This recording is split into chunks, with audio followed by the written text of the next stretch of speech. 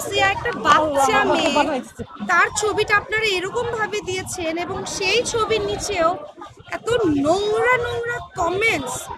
নাউজুবিল্লাহ মিন জালেক। আপনারা কি বোঝেন একটা ছোট বাচ্চা মেয়ে কি নিয়ে আপনারা কোয়েশ্চেন করতেছেন?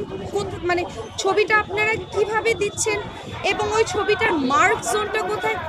আপনারা আপনারা এটা করবেন না প্লিজ, আপনাদের সবার কাছে অনুরোধ, আপনারা এই জিনিসটা করবেন না।